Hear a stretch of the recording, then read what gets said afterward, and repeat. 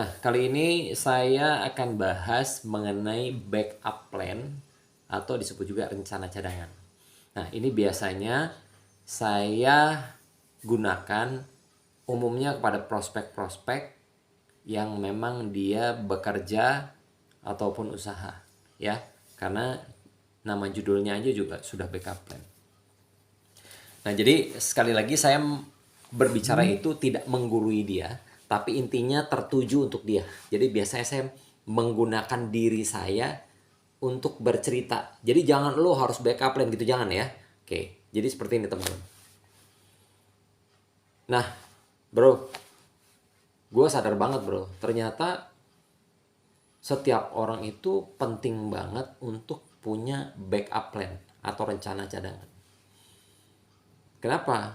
Karena mobil aja ada ban serepnya. Ketika terjadi sesuatu, bannya pecah, ada serepnya. Artinya aman. Tapi kalau sumber income tidak ada ban serepnya, tidak ada cadangannya, ini sangat bahaya sekali. Nah, gue pada saat itu disampaikan oleh mentor gue bahwa ada dua pilihan orang di mana yang pertama itu 95% orang adalah pekerja dan hanya 5% orang yang menjadi pengusaha. Kita bisa melihat dari fakta yang terjadi, bro. Kenapa? Karena rata-rata mobil yang beredar yang sering kita lihat pasti adalah mobil Toyota. Ya, itu adalah mobil 95% pada umumnya. Di saat mereka mau mudik liburan, selalu mereka dihadapkan dengan kemacetan. Ya, dan ini adalah orang rata-rata. Ya, rata-rata 95%. Oke, nah, jadi ini ada satu gambaran, bro, di mana gambaran ini adalah gambaran grafik rutinitas, ya, bahwa gue menyadari, ya, ini ada satu garis. Garis yang pertama adalah garis pendapatan dan garis kedua adalah garis usia. Nah, pada saat gue diawali bekerja di umur 25 tahun, nah penghasilan gue waktu itu 3 juta. Lalu seiring berjalannya waktu, tentunya gaji gue naik menjadi 15 juta. Ya, kalau dilihat berarti ini grafiknya naik ya bro ya. Nah, seiring berjalannya waktu ya, harapan gue pada saat gue usia 45 tahun, tentunya penghasilan gue juga naik dong. Karena pastinya gue mengejar karir. Begitu juga pada saat gue usia 55 tahun. Ya, harapannya gue punya penghasilan 150 juta. Nah, kalau kita lihat, ini grafiknya terus naik dan sangat indah sekali. Nah, selama gue 30 tahun bekerja, tentunya pastinya gue akan menyisihkan atau menabung, ya. Untuk apa? Bisa untuk dana pendidikan anak-anak, untuk dana darurat, untuk dana asuransi, dana ibadah, dan yang terakhir gua bangun aset, ya, baik rumah, emas, dan lain-lain. Yang maksud dan tujuannya tentunya ini untuk backup gua di hari pensiun gua. Nah, pada saat memasuki usia 55 tahun, apa sih yang terjadi? Yang terjadi adalah pensiun. Dimana ketika pensiun, tentunya income gua tidak ada sama sekali. Ya, alias udah nggak ada gaji lagi. Nah, gua menyadari bro, ya, bahwa ini ada satu garis, dimana garis hijau ini tidak peduli orang itu sudah pensiun atau bahkan orang ini sudah meninggal.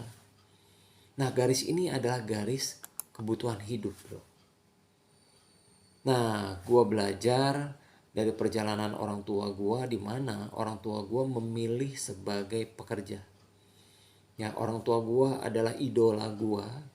Kalau seandainya orang tua gue sukses menjadi seorang pekerja, gue harus ngikutin jejak orang tua gue.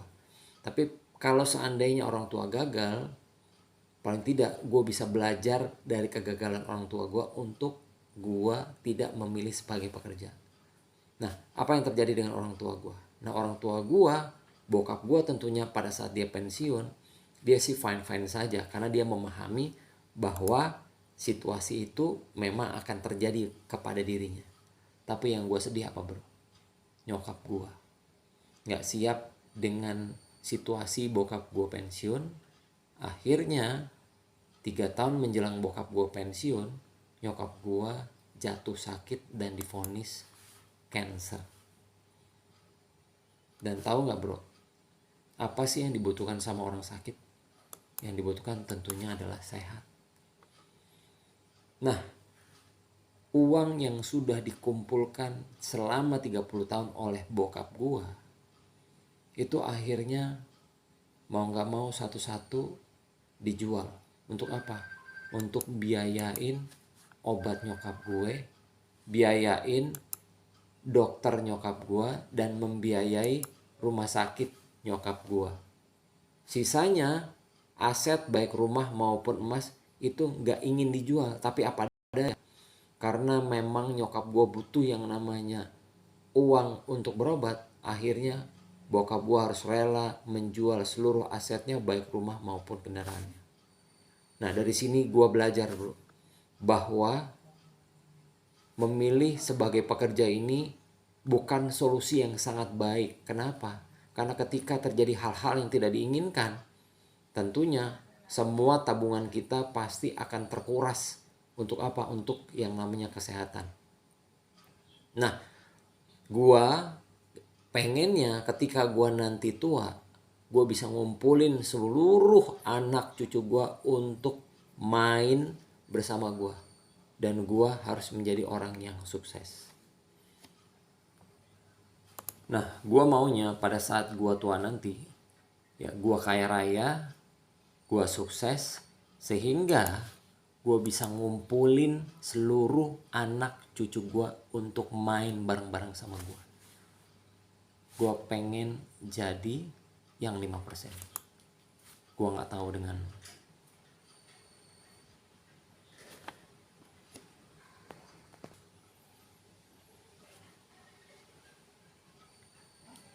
Nah, pilihan kedua bro, 5% orang adalah pengusaha. Dimana orang-orang yang berusaha itu dia memerlukan waktu 1-3 tahun untuk menghasilkan 100 juta per bulan. Nah, gambarannya adalah orang sukses. Tentunya kita bisa lihat mobil-mobil sport itu seperti Lamborghini atau Ferrari itu jarang sekali seliweran bro. Artinya memang 5% itu adalah orang-orang yang sukses. Kebalikan dengan yang 95%. Nah, jadi kalau lo bal diminta untuk memilih, lo milih jadi yang nomor 1 atau yang nomor 2? Gue bilang sama teman gue, ya tentunya gue milih yang nomor 2 lah bro. Kalau gue udah belajar dari perjalanan orang tua gue, ya gue harus belajar untuk tidak mengambil atau melakukan hal yang sama. Nah,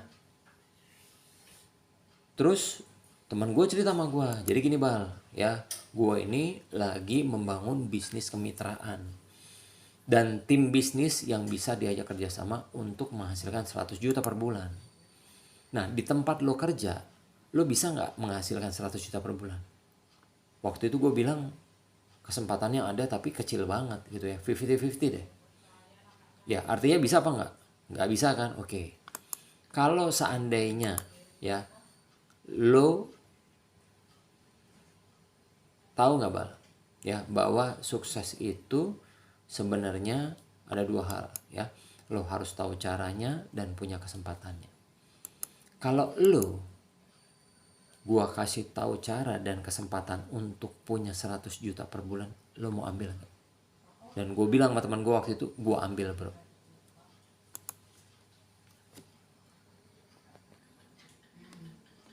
Jadi gue nggak pikir panjang waktu itu, gue bilang gue ambil bro, gue shake hand langsung. Gitu teman-teman.